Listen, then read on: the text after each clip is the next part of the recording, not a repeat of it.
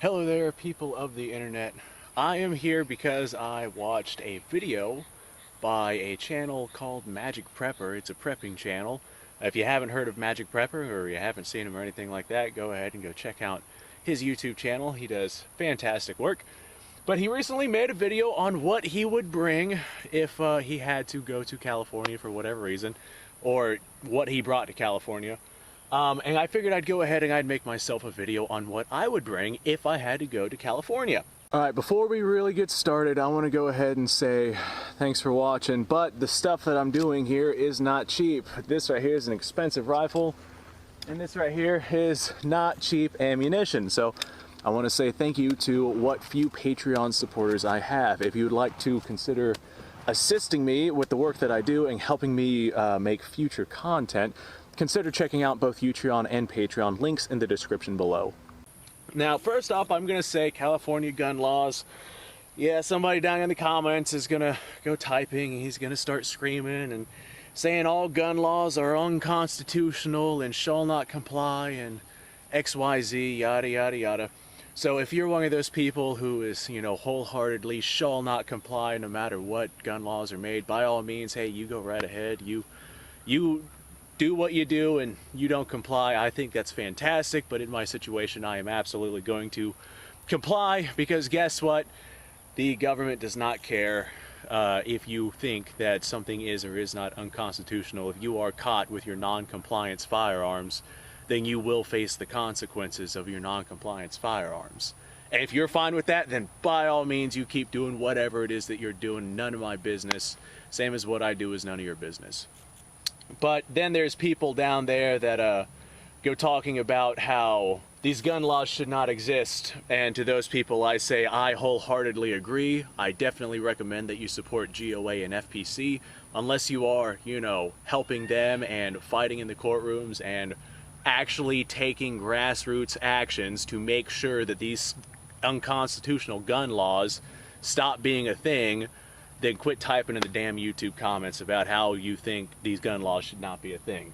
Yes, I agree. You're literally preaching to the choir. Go do something about it. Now, that being said, if I had to go to California for whatever freaking reason, I have no idea why I would have to go out there. But if for some reason, duty calls, and I'm like, hey, guess what?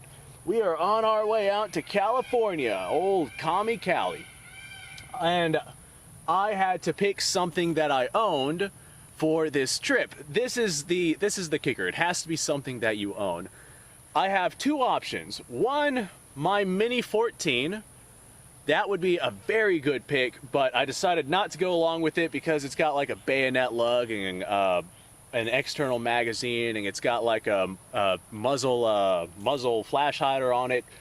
There's just a lot of things that go on with that thing that I don't want to cause any problems. If it was like a stock Mini 14, then that would probably be my go-to. But the Mini 14 I have is just a little bit too decked out for me to feel comfortable bringing it to California. So I decided to go ahead and go with my SKS here. I was talking to a buddy who actually lives in California right now, and he had said that the SKS is like the unofficial official rifle of California. 7.62 x 39, 10 round internal magazine, feeds from a stripper clip. It's a good option to have if you are dealing with California. So I'm out here at 100 yards. I got 7.62 x 39. This right here is not as efficient of a system as having an external magazine, especially whenever it comes to topping off the rifle. There's no way to manually lock this rifle open. So in order to top it off, if I had rounds inside of the magazine, I would have to manually hold the magazine back, or not the magazine, I would manually hold the bolt back while I single loaded rounds into the magazine, or I would have to completely open up the magazine, get rid of the old rounds, let those old rounds jumble out so I can then close the magazine and then grab a stripper clip and feed more like that. There's just not a good option. And if I open the magazines, let the rounds dump, then I lose those rounds. If I open the bolt and have to hold it back while I single load, then I lose the round that I had, chambered. It's just not a good system for topping off. So that's one of the things that I want people to keep in mind whenever it comes to these designs, whenever you're dealing with internal magazines.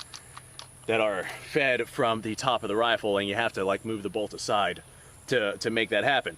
Just because of that, I had began thinking about, there we go, I had began thinking about bringing my lever action, just because it is a very quick design, one that you can top off very easily, very readily. 357-38 special, that would handle whatever situation it was that I had to handle. But semi-automatic is always going to trump something that is manually operated. So I'm out here at 100 yards. I got 10 rounds of 7.62 x 39. I'm going to send a couple of rounds down on my steel silhouette. I want to see where this thing is zeroed in at.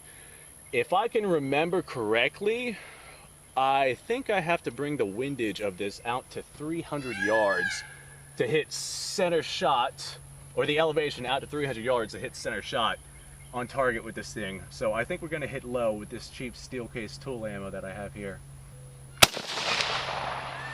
I have no idea where that hit. I can't see, so we're going to have to wander down there and check it out ourselves. Alright, let's send another round and then we'll wander down there and see what the hell these are hitting. We'll do one more, why not? Alright, safety is on. I got 6 rounds left in this thing. Let's wander down, see where they're hitting. I half remember having to put this thing on a 300-yard zero to hit at 100 yards. I'm not sure if that was the SKS or my AK-47s, but we're gonna find out today, because it all depends on the ammunition that you're running. Not all ammo hits in the same spot. And I know that tool ammo oftentimes hits a little bit low, so let's wander down there and have a look. Okay, so I was aiming center target, and I see like debris and whatnot. So we were definitely hitting low. We were hitting down in this target. So I'm gonna set for like 200 yards, see how much closer we get to center, and then I'll set for 300, because I don't want to go over and start, you know, shooting over the target here. But I'll set for 200, see where that hits, but I'm pretty sure I got to set for 300 to start hitting center mass with this SKS here. All right, let's go ahead. I feel like 200 isn't going to be enough. Let's just bring it out to 300 and see if we get closer to center shots with this stuff.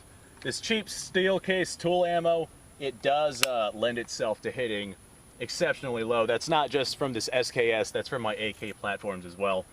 And I know for a fact my AKs are set at 300, so I'm thinking this one right here needs to be as well. I feel like that was better, but I can't tell where it hit. Let's send another round. And one more for good measure. Alright, let's wander down there and have a look at our target. Safety is on. I should have 3 rounds left. Let's go see where this bad boy's hit. The one reason why I don't do any real adjustments with the sights on these whenever I run this cheap steel case tool ammo is because actual 7.62 x 39, whether or not it's surplus or any kind of brass case or any kind of good 7.62 x 39, actually hits on target with this stuff, with these rifles. So I don't want to do any permanent asphyxiation with like the front sight being raised or lowered, or, you know, I don't want to do permanent requiring tools adjustments just for sighting a rifle for plinking at the range. All right, looking at it, I'd say we're good to go.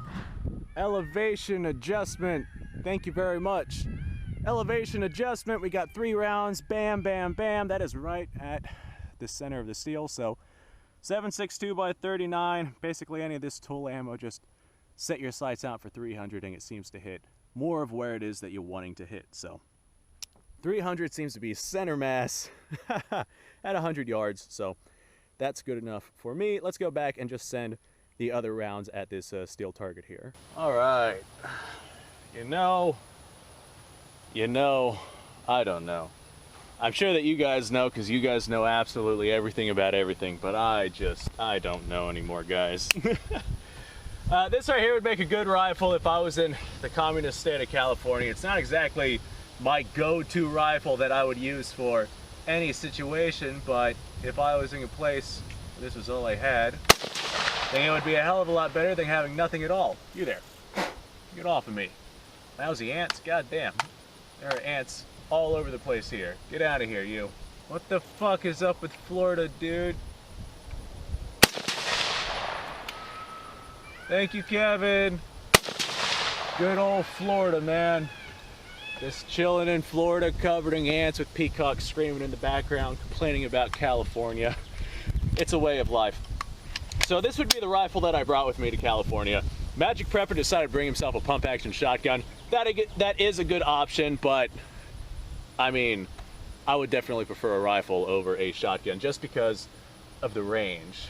I have no idea what I would find myself in the state of California, but I would want a rifle. I would take having to top it off in a weird way because this thing reloads pretty quickly with those stripper clips. Holds more ammo. I could have a lot more ammo of 7.62 x 39 than I could with the 12 gauge shells. This right here is just a really good option for dealing with California. It doesn't have the bayonet on it. I mean, this would be a perfect option for going into California. There's no features on this thing, no threaded barrels, no anything that anyone who knows anything about firearms knows that the features that the people are afraid of are not as bad as people make it out to be, but it's got none of those scary features in it, so this right here would be a really good option. Now, in addition to the criteria that I have set, if I had to pick a handgun to go to California with me, it has to be one that I own. So this is my Star Model BM. This is the only handgun I have besides my 1911 and my Walther P38 P1 that has a 10 round or less capacity magazine. This right here has 8 round capacity and 9mm plus 1 in the chamber. This right here is an accurate, reliable, dependable little handgun. I know that I can, I don't necessarily want to trust my life with it, but I would trust my life with this over nothing. The reason why I went with this 9mm version as opposed to my full-size 1911 45 ACP is because this is a much smaller, much more compact handgun than my 1911.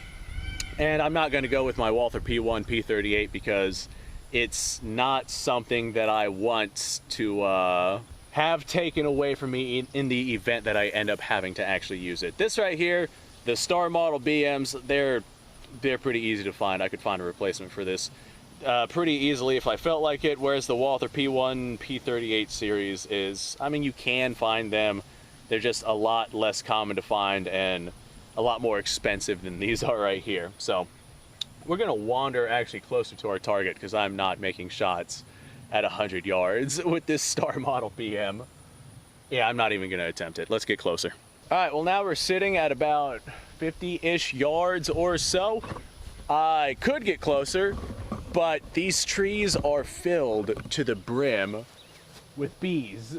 I don't know why there's so many bees in these trees. As long as they're not speaking Vietnamese, they're fine with me. Thank you, Kevin. I appreciate that. But these trees are absolutely filled to the brim with bees. Like, I can hear them buzzing around, even on the audio of these headphones. So I'm not gonna get any closer, and I don't want to stand in the sun either. So we're just gonna try shooting from back here at our 60-yard mark. This is 9mm tool ammo, steel case stuff. Let's see what happens. Well, that didn't happen. Aha! I hit it. I was not expecting to make any of these shots, but I did hit it. Nope. I hit it again. At least 2 out of 5 here. All right, I think that last one went a little bit low. I'm trying to keep my shots towards the bottom of the target because I don't want to overshoot the target. As far as, let me get this stripper clip out of the way. As far as the accuracy of this Star Model BM goes, and my personal ability to perform and put rounds on the target, it's a decent little combination. I know with a lot of, especially like budget handguns, especially ones that are like polymer frame and not surplus like these right here, a bunch of your more budget-oriented firearms typically shoot exceptionally high or exceptionally low. Very rarely do you find ones that actually put rounds where it is that you are actually aiming. Of course, the sights on this thing are so thick that they actually cover the target whenever I try shooting, so I can't 100% tell where it is that I'll be hitting. Nope. Nope again. Ah, got it that time. Got it again. Hey, see if I can go for 3 out of 5. Aha, 3 out of 5. Hell yeah. 60 yards, that's not bad. I definitely need more practice with my handguns, but that's not bad. Not by my standards. Oh, there's something crawling on me. Get out of here, you. So that's 2 out of 5 and 3 out of 5. That's 5 out of 10. That's a 50% hits on target. So at a gun range, that's pretty terrible. But if this was an actual situation, 50%, that's not that bad. If it was an actual situation, it'd be less than 50%. But still. Well, ladies and gentlemen, if you guys are in California, I'm so sorry. Or if you guys are not in California, hey, good for you. I mean, there's plenty of other restrictive states out there. This would be a loadout that I would bring to basically any of the restrictive states that are out there. But if you guys are in one of these restrictive states and you're not entirely, or you're not allowed to have the things that I'm allowed to have since I'm in the state of Florida, then let me know down in the comments what it is that you actually have.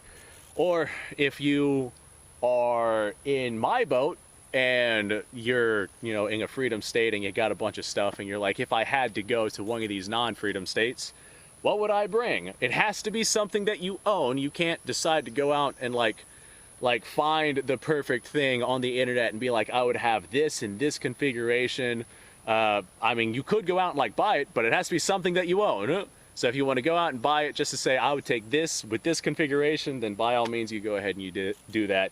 Otherwise, I mean, I could sit here and talk to you guys all day long about what I would have. What I would have and what I actually have are two very different things, unfortunately. Oh God, what I would have if I could have, but I can't have, so I shan't have. Thanks for watching, folks. Subscribe to the channel, description down below, links, you know, you guys know the spiel. Like the video if you like the video. I don't know what else to say about this, so I'm just going to say thanks for watching. I really do appreciate everyone who decides to take the time to watch my videos here. You guys go off, have yourself a fantastic day. Let me know what you guys' thoughts are down below. And I will see you guys later. I'm actually going to continue to shoot here because I'm having a really good time. So I'm going to take the stripper clip out of my freaking front pocket for one. I got my Star BM in my pocket here, and that stripper clip was just kind of crammed up a little bit too much to the left, if you catch my drift, guys. I'm gonna water back to the house, grab some more ammo, grab another rifle, figure out another video to make. You guys go off, have yourself a fantastic day. I'm having a pretty good day so far.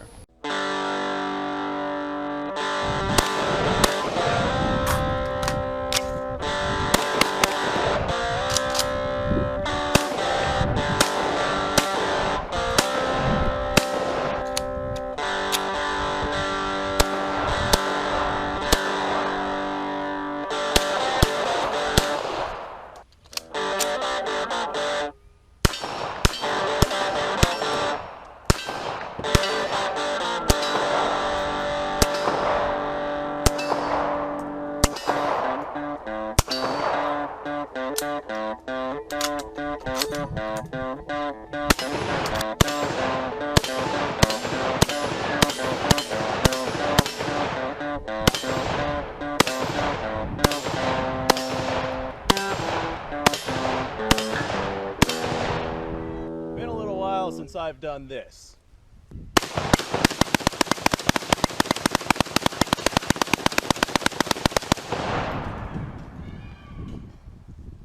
Bonnie and Clyde be damned.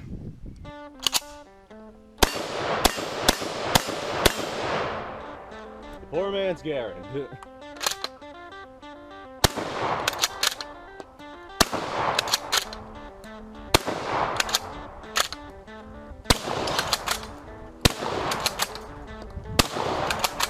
It's a shame that bolt-action shotguns aren't more mainstream.